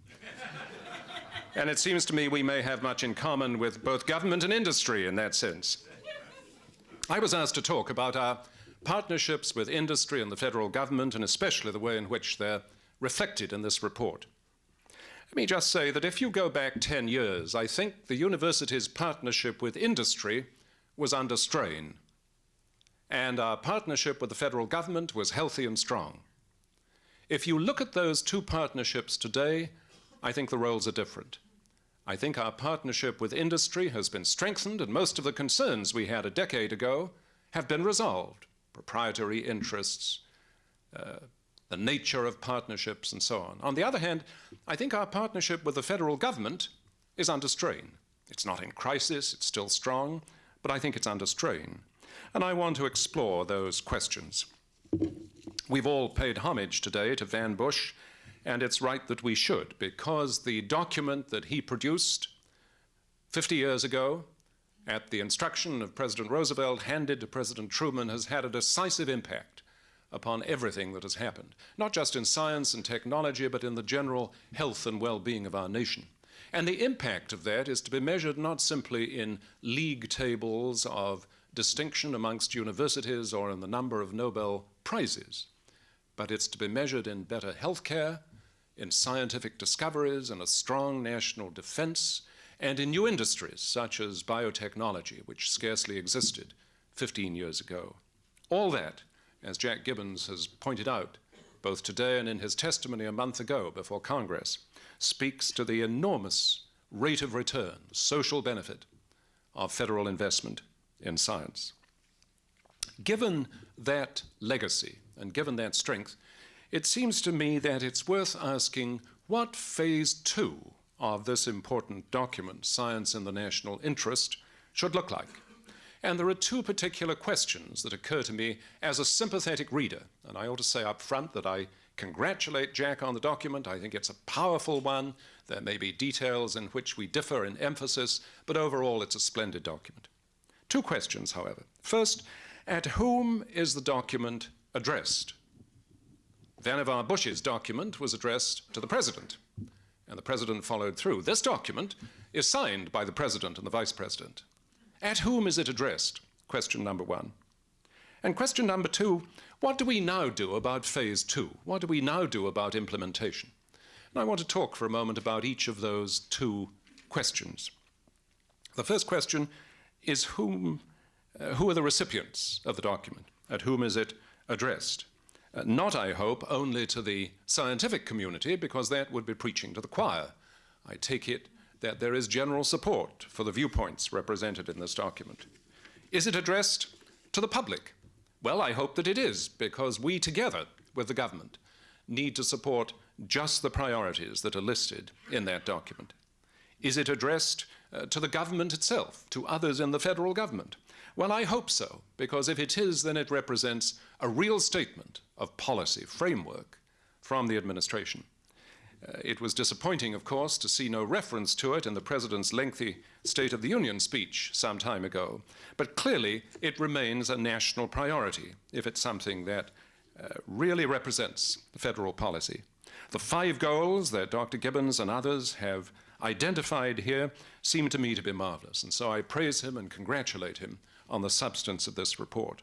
The real question, it seems to me, is how do we collectively follow through on phase 2? How do we take what is a framework for policy and develop a detailed statement from it? It is a pre-policy statement, if you like. It's the skeleton around which the body of a policy is to be produced. But we need more than a rationale. We need now a blueprint to move this forward. It doesn't provide, perhaps deliberately, a statement of priorities. It does not provide a detailed plan or a detailed budget or a detailed time schedule. The closest it comes is to speak of 3% of gross domestic product as, I quote, a reasonable long-term goal for total R&D investment. It may be argued, and I'm sure it is, that it was not intended to have these things in the report, but we need them nonetheless. From where do they come? Well, we're told that a National Science and Technology Council, NSTC, and Jack has referred to it today, is the federal body, the cabinet-level body, devoting itself to those objectives. It came into existence in November a year ago, and it provides a virtual agency for coordination across federal agencies, for the identification of priorities, for putting national goals ahead of parochial needs of individual agencies. It represents, however, a government council dealing with government council matters, decisions about programs of government reached by government after discussions within government. And it seems to me one question that's an important one is how can we as a community cooperate with NSTC in developing the more detailed agenda? How often has NSTC met? I'm told that it has met only once. I find that inconceivable, but it would be helpful to know. Does it have staff? Is it open to advice from the scientific community? We have in the budget, as Dr. Gibbons has pointed out, a somewhat amplified statement. But if you read the budget, as I had the opportunity to do late last night, there is again very little detail. How can we help develop what is clearly an admirable statement of the place of science in the national interest? How can we provide input to this important council on which so much depends? Well, what do the universities look for in thinking about the partnership? I want to suggest to you that there are 4 particular interests that the universities have in the current situation. 1, a clear articulation of the missions of the various federal agencies involved in R&D to determine whether in the context of this document and others, they still make sense. You remember Yogi Berra, you've got to be very careful if you don't know where you're going because you might conceivably get there. And that's the problem with the federal agencies. Let me give a couple of examples.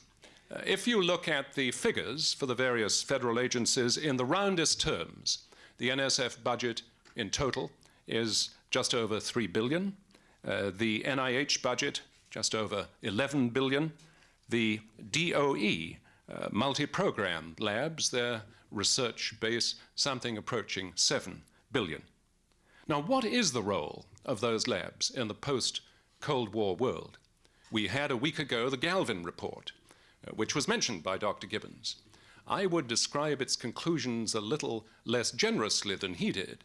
I thought it was a staggeringly harsh indictment of management practices in O&D.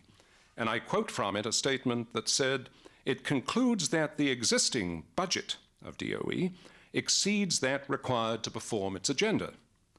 And yet we find that in the present budget, although that presumably didn't have the benefit of the Galvin report, there is an increase of $488 million for DOE. How do we reconcile that as we talk beyond this room in terms of federal priorities? A second question: how is NASA to perform its role in the changed conditions? NASA's total budget is about $9.5 billion, and that's a substantial amount of the total $90 billion or so of federal R&D. How together can we make sense out of the role of that particular agency? And the third question, just to take three amongst many more: what is the administration's position on defense conversion? Universities, I think, are rightly criticized in the present climate for not having a clear sense of mission. The same kind of lack of precision exists still within federal agencies, and one hopes that NSTC, in collaboration with the scientific community, can begin to address this question. Need number one, a clear, precise statement of the missions of the several federal agencies dealing with R&D. If you look at HPCC, for example, in yesterday's budget, there are no fewer than 9 federal agencies funded to pursue R&D in that particular area. That needs the sort of synthesis that NSTC promises to provide. The second interest that universities have is a stable and sensible funding policy. I'm not talking here about a budget. I'm talking about a policy of funding which underlies the research we do. And if I mention the words indirect costs, your eyes will glaze over with a sense of weariness that mine also experience. But in fact, this is a real issue. And I want to thank Marcy Greenwood, who is here, for the leadership she's given in drawing the universities into consultation in this particular area. I haven't yet seen the new proposals, but if they contain what I think they contain, then I think this is the kind of proposal we can live with. I want to say, however, that we have to recognize the real costs of doing research. And increasingly, if the federal government does not support these, they will be transferred to student tuition. And that, to me, is an unacceptable solution to the problem. I know that students benefit, undergraduates and graduates, within the context of a research university. But we cannot transfer to the backs of students that which is the proper obligation of the federal government. And we're in great danger here, especially if caps are instituted. I was glad to hear Jack Gibbons' round condemnation of them. In great danger of killing the independent private universities which have been the pace setters in so much of the research and development that has taken place. The full costs of conducting research need to be addressed. Need number 3, a reasoned statement of program and budgets for all the federal agencies, including the linkages between research and education that science and the national interest stresses so effectively and so wisely. Let me give you a couple of examples. How many graduate students should we really be supporting to meet our needs? How many scientists? In a period where in some disciplines the success rate for funding proposals submitted by mature scientists, as they're called, is around 25% or less, how many scientists should we be supporting? And where is that discussion taking place? Science and the National Interest promised on page 27 to produce a policy on human resources development. Is that something in which the federal government is still going to play a leading role, or is it something in which the universities and industry together should take the initiative? And then question number 4, as far as the interest of universities go, what is the appropriate level of federal oversight for operations it supports within the universities, given the need to balance the benefits of that oversight against the costs. Let me give you a couple of examples. MIT, Cornell, and 50-something other institutions were accused by the Justice Department some years ago of price fixing in tuition and financial aid. It cost our institutions something like $20 million collectively to defend ourselves in that suit. And one example of the unequal contest, and we obtained a consent decree settlement in the end, was one that my friend Paul Gray described some years ago, where one representative of MIT went into a meeting with the Department of Justice and found himself confronted by 30 lawyers and economists from the federal government side of the table. It seems to me that we need federal agencies to cooperate with one another in analyzing the question of how much scrutiny is enough. And it's not just from agencies such as the Department of Justice. Take, for example, the ONR Stanford debate on indirect costs. And I do nothing now to defend the misuse of indirect costs, which have been reported. But that division began when it was alleged that Stanford had overcharged something like $185 million in indirect costs during the 80s. In October of last year, this case was settled. And it was settled when Stanford agreed to pay $1.2 million.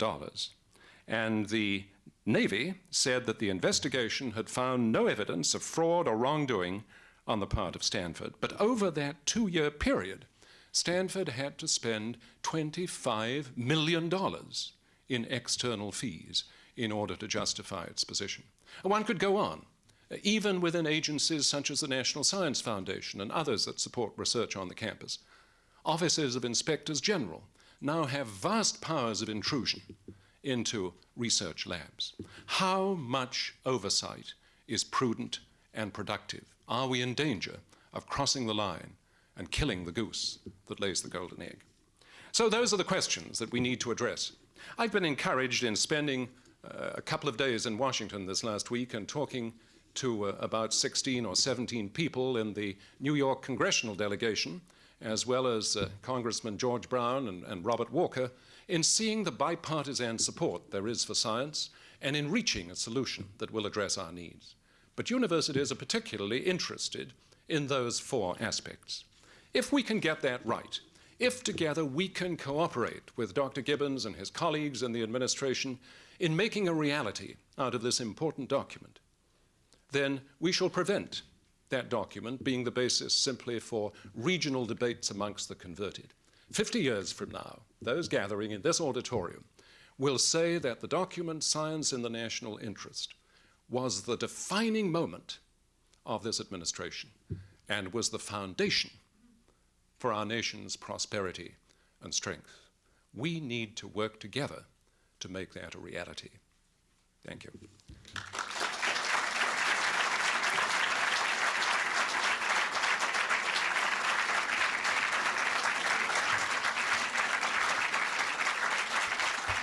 Thank you.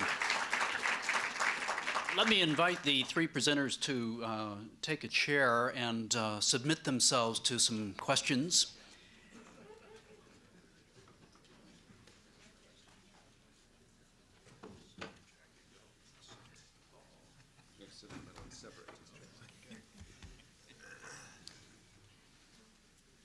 Are there questions? Do I get a chance to ask a question? Certainly. I'd like to ask Frank a question. Frank, I really appreciated the analysis and the challenges that you laid out for us in responding to science in the national interest, making it a really valuable document for the future. The question I wanted to get your perspective on is one of the setting of priorities. Because we've struggled with this very much in the NSTC process, and we've struggled with it in our discussions with others. And I want to reflect on your comment of how much oversight is enough. Because I guess what I would ask back to you is, how much defining of what kind of priorities do you think should be done at the federal level, or should it be more the kinds of priorities that deal with the kind of process we've developed? For example, should we be talking about program priorities, how much money in physical sciences, biological sciences, social sciences, or should we be talking about how much money in merit-reviewed types of research in which there is already a structure of external advisory boards that determines within an agency, or even potentially we can develop across agencies, a mechanism for scientific guidance? Because I think there is a tremendous danger in trying to delude ourselves into believing that we know how much social science, how much physical science, and that we could end up eviscerating the process of advisory boards actually consulting with the agencies. So that's my question: is what are you looking for here? Marcy, I think the way you are going about it is exactly the right way. And it seems to me what you've done, what you and Jack have done, is something that's refreshingly new and effective. What you have developed is not just agency budgets and priorities, but cross-cutting items within those. The other things that seem to me to need address are the questions of whether we are giving the proper emphasis and support for individual initiated investigator awards, how well national centers are performing, not just in one agency, but in all agencies. The questions I raised about the proper role in graduate student education. But I agree with you, I would not be wildly excited about seeing the federal government getting down within disciplines and picking particular winners, either in industry or academia. I think that the broad categorical emphasis you're giving is exactly the right one, and I welcome that. Other questions? Yes, sir, right here. Franklin discussed the situation at Stanford and the cost that was involved in that effort to reply to government. The Galvin Committee also essentially condemned the DOE from a bureaucracy point of view, and yet we have the administration say it's going to redefine government. Frank, I'm very curious, Jack, if you could say something about how redefinition of government might apply to an agency like the DOE. Well, the question had to do with the fact that we have things like the Galvin Committee study of DOE, which was initiated by the Secretary. But how is that going to transform in some practical way in terms of reinventing government? First of all, Galvin's report has just been delivered. I haven't read the full report myself yet. I've met with the committee a couple of times and read the summary, and I think Frank's characterization is right, that while it does have some good things to say about islands of excellence and facilities and other things, it is I think, a welcomely candid and critical review of the way that institution is now managed. It's as a management structure, not only its headquarters but its field operations and the laboratories and the likes. And I hope, and one reason we pushed on Bob to finish that work up, at least to have a thing in hand in February rather than in June, was to begin to take advantage of it in a thing that the President has asked us to do in the OSTP, namely to take the review and the results of the Galvin study at DOE, of Johnny Foster's study of NASA's centers, of the work, similar base closing and other, not base closing, the review of the laboratories within the Department of Defense, and to an extent the work that EPA has been doing in examining their laboratories, and seeing what common threads emerge from these reviews of the federal presence in federal laboratories and where we ought to go from here.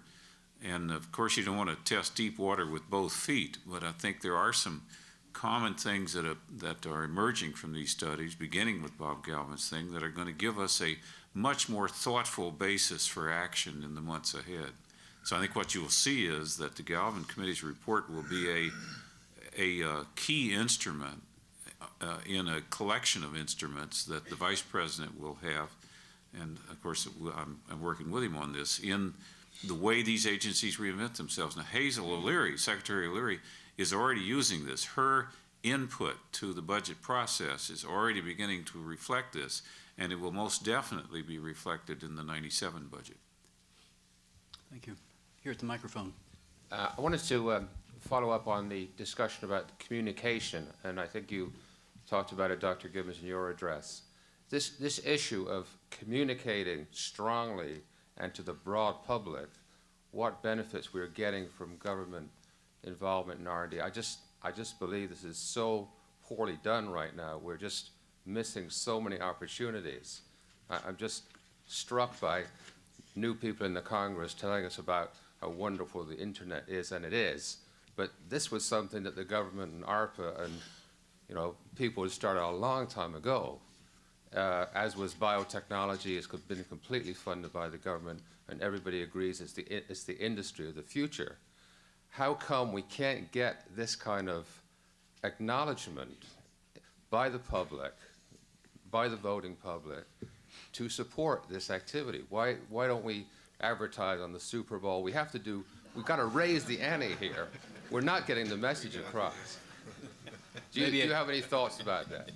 Jack, why don't you take a crack at that? And Joe, why don't you also, and see if we can get something on the Orange Bowl or Rose Bowl.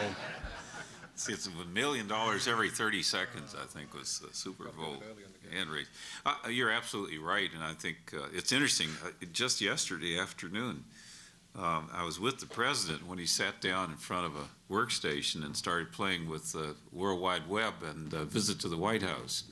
And he even sent himself an email message and began to explore where to find his own budget for '96, which is already on the internet.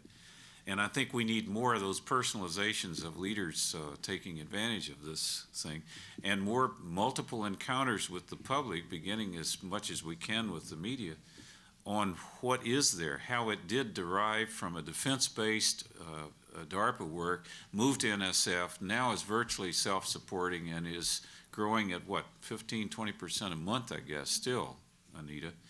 And it's an terribly exciting thing. It has the rest of the countries of the world really nervous because it is such a potent force for our future capabilities as a nation.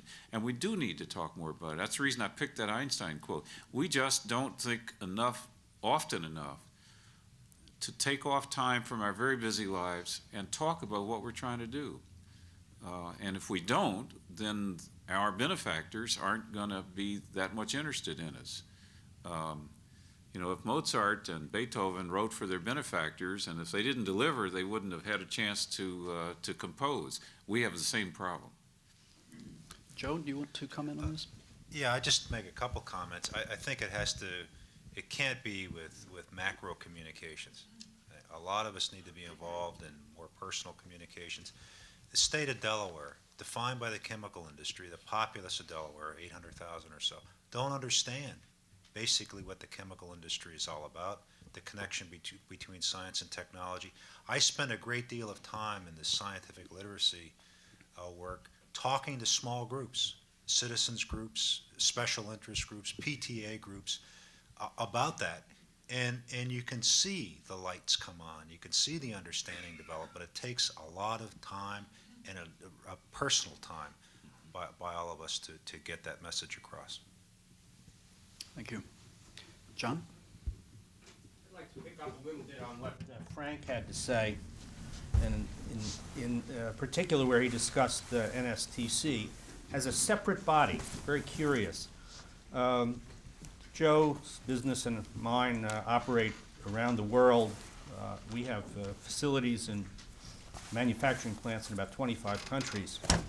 And I think it's certainly correct that the greatest adversarial relationship exists in the United States. The notion that regulatory processes are adversarial, that interactions with the government in general are, there's an us and there's a them. In the United States, not a single substantive body in which all three of those represented at the table sit for serious decision-making or very serious input.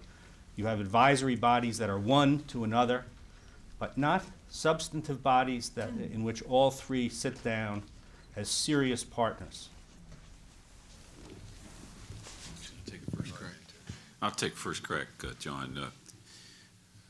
I have a very good friend personally. His name is John Dingell, who has not fallen from grace, but has fallen from chair, which is even more important sometimes. And I think the kind of strict oversight that John presented during his reign as chair of the Commerce Committee certainly had a number of admirable features to it, but it also introduced a lot of tension between groups, for instance, between government, between agencies, between the executive and the legislative, and I sense a kind of a new mood that operates now with this change in the committee's jurisdictions and powers, quite honestly. And I believe that we have a better opportunity to talk about productive partnerships between the various actors of our on the national scene. In terms of the, and this means in terms of the so-called Federal Advisory Committee Act and other things that were created by Congress when they didn't trust the administration back in the 80s and created these barriers to, in a sense, barriers to effective communication. We have used a lot of ad hoc mechanisms which really don't get around the Federal Advisory Committee Act, but at least try to deal with it realistically. The meeting we held the other day that Praveen Chaudhry and others here today were involved in, we didn't have to publish that in the Federal Register and do all the other things that the traps that were put in place during the last decade. We have organized under the NSTC a variety of forums, typically at the Academy, with the sponsorship of the academies, which enable us a lot of dialogue without the necessary trappings of these arrangements. We work with the Council on Competitiveness, which of course is a body of both industry and university, and government can be invited, and we're delighted to be there. But I think we do need to work at this, because the President's feeling is that we've got a lot of self-interest in working the public-private self-interest role. And when you can find those interests lined up, as we did in the Partnership for a New Generation of Vehicles, then you have an opportunity to do some things in which everyone has both money on the table, self-interest represented, and an opportunity to have the whole greater than the sum of the parts.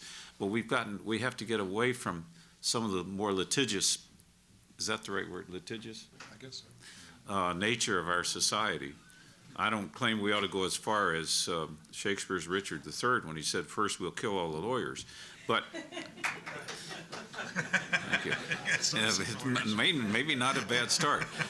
Someone said, why does New Jersey have all the toxic waste dumps and New York City has all the lawyers? And the answer was, well, New Jersey got first choice.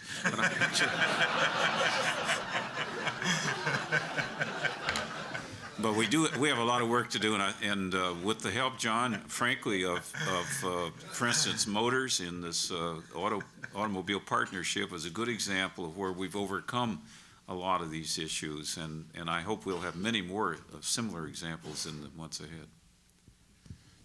Over here.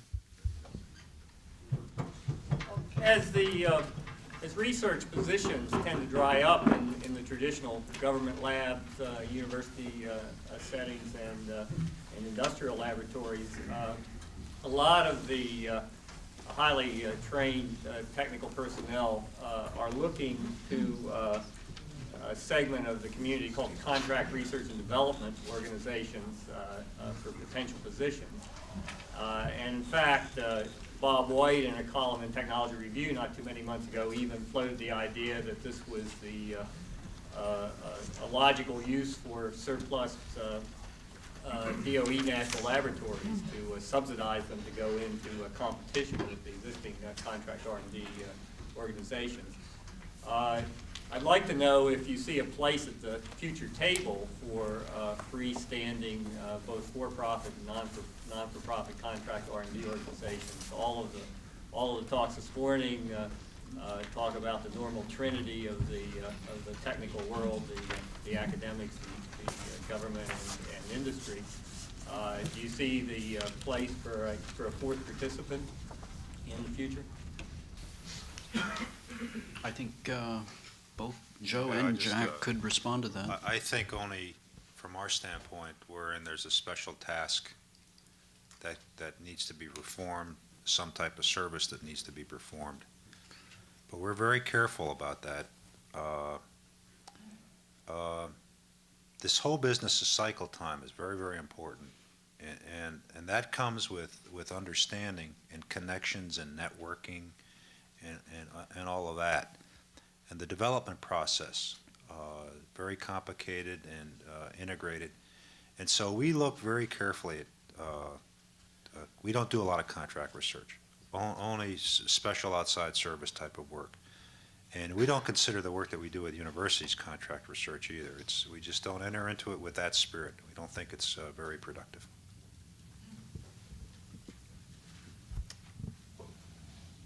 Other comments or questions? Yes. Science in the national interest is, of course, concerned with developing the best scientific manpower for the future, and all of our speakers have addressed manpower. And yet, at the same time now, we're looking at our manpower needs in graduate education, as has been mentioned, in postdocs, and in trained scientists. And we're seeing constrained resources for people who are going into science. And we're also seeing the same thing in medicine. How do we address our manpower needs appropriately right now within the constrained environment, and yet assure that we have the appropriate manpower base of scientists for the future? I think the biggest single obstacle, not the only one, but the biggest single obstacle to a strong supply of men and women in the scientific and technical stream is the glaring inadequacy of education at the K through 12 level and in the universities. I think we do a very poor job in the universities of elementary courses in the natural sciences, mathematics, and engineering. And I think we have work to do in all those areas. There is secondary work to be done between all of us in terms of supporting graduate students, in terms of recruiting them to positions of reasonable responsibility and compensation. But I think the biggest single obstacle lies in the school system and in the universities and colleges, where we've simply not faced up to the inadequacies of what we do. I think my question is a little bit different. I think in many arenas right now, we're actually looking at the downsizing. You're talking about the coming up for the future, and I agree with that. But we are looking at what are we doing to downsize what we have right now. And is that an appropriate thing to consider as we are educating students? Well, there are two aspects to that. One is the general level of literacy and competence that certainly all three of us at the table believe is a very important component, and that speaks both to school and college. But it seems to me when we look at the more general question of the needs, and this is something where I hope there will be discussions between us, 50% of the graduate students in many of our engineering PhD programs are non-US citizens. Now, there's a healthy balance in that. But whether that's the right percentage is another question. What we've really got to do is to ensure that we have a strong supply of people coming forward, not all of whom will become professors, thank heavens, but many of whom will go into venture capital, into public service, into leadership in a host of fields. And I think we have to be candid with them so far as we can assess what the opportunities are going to be in conventional scientific and technology areas.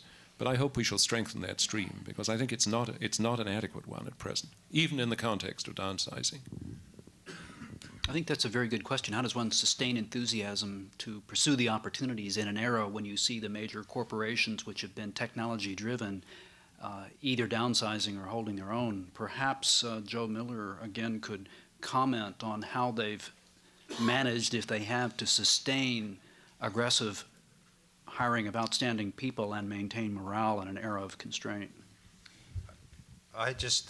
We've continued to hire, not as many as we have in the past. We continue to move our PhD scientists and engineers out of our corporate labs into the businesses to fill openings in the businesses. The businesses feel very strongly about having people trained to think broadly and completely. And so it's a very dynamic situation that we have, and that commitment starts with our chief executive officer, because he feels very strongly about maintaining the competence of the corporation. Also, we feel that the solution to this has its roots in basic research, creating new opportunities new business opportunities with which will result in growth, and with growth, a greater demand for technically trained people. So we're not going to solve the problem by walking away from basic research. In fact, I believe it strengthens the case for basic research.